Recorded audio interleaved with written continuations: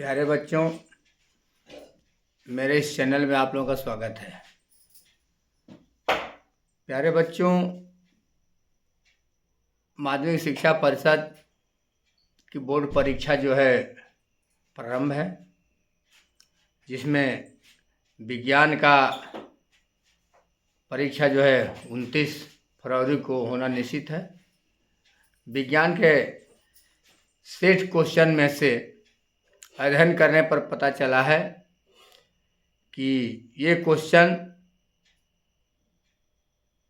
आने की ज़्यादा संभावना है। मनुष्य के नर जनन तंत्र, मनुष्य के नर जनन तंत्र का सचित्र वर्णन कीजिए। बच्चों, यदि ऐसा प्रश्न आता है तो आप कैसे उत्तर लिखेंगे, जिसे आज मैं विस्तृत व्याख्या कर रहा हूँ। आप ध्यान से सुनेंगे। देखिए, चित्र बना हुआ है। सबसे पहले आप चित्र बनाएंगे। चित्र बनाकर इसका नामांकन करेंगे। जीव विज्ञान में चित्र का बहुत महत्व है। अगर चित्र बन गया तो आपका 25% काम हो गया। उसका अगर नामांकन कर दिया तो आपका 50% काम होगा। इस नामांकन के आधार पर आप आसानी से उत्तर लिख सकते हैं और आपका 100% का काम हो जाएगा। तो मेरे प्यारे बच्चों, मनुष्य का जनन तंत्र, जैसा कि हम जानते हैं कि मनुष्य एक लिंगी प्राणी है। नर अलग और मादा अलग अलग होते हैं। हम उसे आसानी से पहचान सकते हैं। तो आज हम चर्चा करेंगे नर जनन तंत्र का।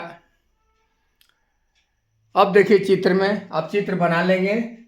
चित्र बनाकर आप ये हेडिंग देंगे। आप लिखेंगे, मनुष्य के जनन तंत्र में निम्नलिखित भाग पाए जाते हैं।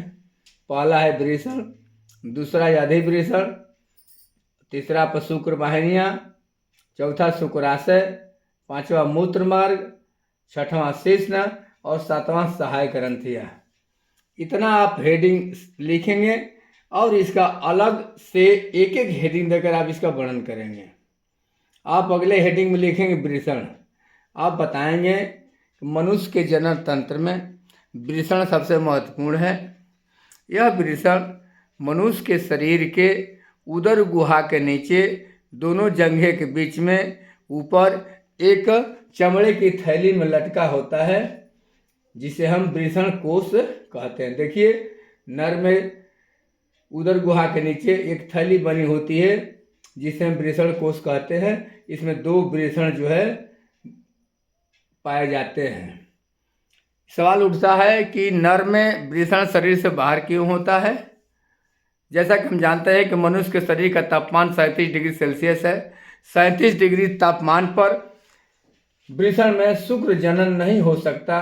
इसलिए प्रकृति ने इसे शरीर के बाहर उदर गुहा के नीचे दोनों जंघे के बीच में एक वृषण कोश में इसे व्यवस्थित किया है। इसका तापमान शरीर के तापमान से 2 से 3 डिग्री सेल्सियस कम होता है। प्रत्येक वृषण कोश में एक एक वृषण पाया जाता है। यह गोल रचना होती है जिसमें शुक्र जनन होता है। देखिए, यहाँ पर वृषण का टीएस है। जैसे आलू को आप ऐसे काट देते हैं, इस तरह से वृषण का टेस्टिस का सेक्शन काटा गया है। देख लीजिए, ये जो 3 लेयर 4 लेयर जर्मिनल एपिथेलियम होती है। इसके बाद एक अंतिम लेयर जर्मिनल एपिथेलियम कट करके स्पर्मेटोजोआ बनाती है। यही स्पर्मेटोजोआ है अपूर्ण शुक्राणु बनाते हैं। अगर तापमान अधिक हो जाएगा तो ये शुक्राणु यहाँ बन नहीं पाएंगे, इसलिए प्रकृति ने इसे शरीर से बाहर कर दिया है। ठीक, अब इसके बाद आप अगला हेडिंग लिखेंगे अधिवृषण। आप बताएंगे कि प्रत्येक वृषण से, क्योंकि 2 वृषण मनुष्य में पाया जाता है, प्रत्येक वृषण से एक पतली ट्यूब निकलती है जो बहुत ही कुंडलित होती है। यह 6 मीटर लंबी होती है, लेकिन इतनी कुंडलित होती है कि छोटे में एक घना रचना बनाती है, जिसे हम अधिवृषण कहते हैं। ये 6 मीटर लंबी होती है, कुंडलित होती है, ताकि इसमें शुक्राणु का परिपक्वन, जब शुक्राणु वृषण में बनता है तो पूरी तरह से परिपक्व नहीं होता है, और इसी अधिवृषण में यह धीरे धीरे आगे बढ़ता है, परिपक्व होता जाता है। ठीक। अब आगे लिखेंगे यह अधिवृषण आगे चलकर एक पतली नली में खुलता है। देखिए यहाँ से एक पतली नली निकल रही है, देख लीजिए यहाँ पर आके मिल रही है। एक पतली नली में के रूप में निकलता है जिसे हम शुक्र वाहिनी कहते हैं।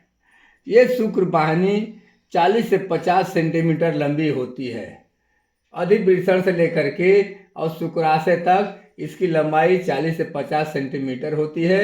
इसका कार्य क्या है, जो यहाँ शुक्राणु बने हैं वृषण में, ये अधिवृषण से होते हुए इस नली में आते हैं और इसके द्वारा शुक्राशय में प्रवेश करते हैं। अब अगली हेडिंग लिखेंगे शुक्राशय। लिखेंगे यह कि थैलीनुमा रचना होती है जिसमें हल्का पीला पोषक तरल क्षारीय तरल पदार्थ स्रावित होता है, जिसमें शुक्राणु मिलकर के वीर्य का निर्माण करता है और वीर्य का पोषण, शुक्राणु का पोषण करता है। यह है जिसे हम शुक्राशय कहते हैं। अगली हेडिंग लिखेंगे मूत्र मार्ग। आप यहाँ से बताएंगे कि यह शुक्राशय आगे चलकर एक पतली नली में खुलता है जिसे हम स्खलन नलिका कहते हैं। यह स्खलन नलिका आगे चलकर मूत्र मार्ग में मिल जाती है। देखिए यहाँ पर मिली हुई है। अब अगला हेडिंग लिखेंगे मूत्र मार्ग। ये मूत्र मार्ग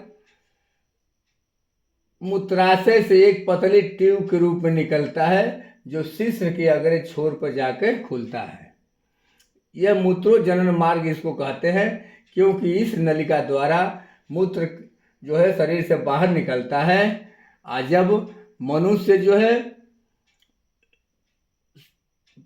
मैथुन क्रिया करता है उस समय ये शुक्राणु आकर के इस ट्यूब के द्वारा बाहर निकलता है।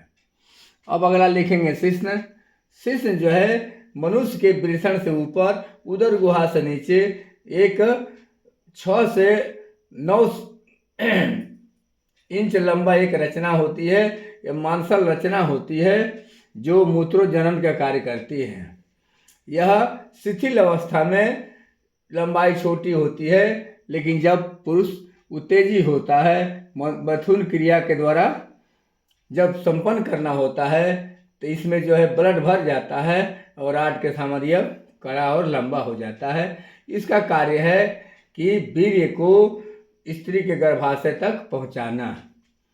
इतना लिखने के बाद अगला हेडिंग लिखें सहायक ग्रंथियाँ। मनुष्य के जनन तंत्र में कुछ ग्रंथियाँ होती हैं जो प्रजनन क्रिया में सहायता करती हैं। ये है प्रोस्टेट ग्रंथियाँ, काउपर ग्रंथियाँ, पेरिनियल ग्रंथियाँ। ये तीनों ग्रंथियों से एक विशेष प्रकार का रक्त स्राव स्रावित होता है जो शुक्राणु के पोषण, शुक्राणु की सुरक्षा और उसको जीवित बनाए रखने में सहायक होता है। और इस प्रकार मनुष्य का जनन तंत्र है। आप चित्र बनाएंगे, चित्र बनाकर नामांकन करेंगे और एक एक हेडिंग लिख करके सबका वर्णन करेंगे। ठीक है प्यारे बच्चों, तो ये है मनुष्य का जनन तंत्र। इसे आप विधिवत पढ़ेंगे, समझेंगे। जो चीज़ समझ में नहीं आएगा वो कमेंट बॉक्स में आप लिख करके पूछ लेंगे और इसे लाइक करेंगे, शेयर करेंगे और सब्सक्राइब करेंगे। धन्यवाद।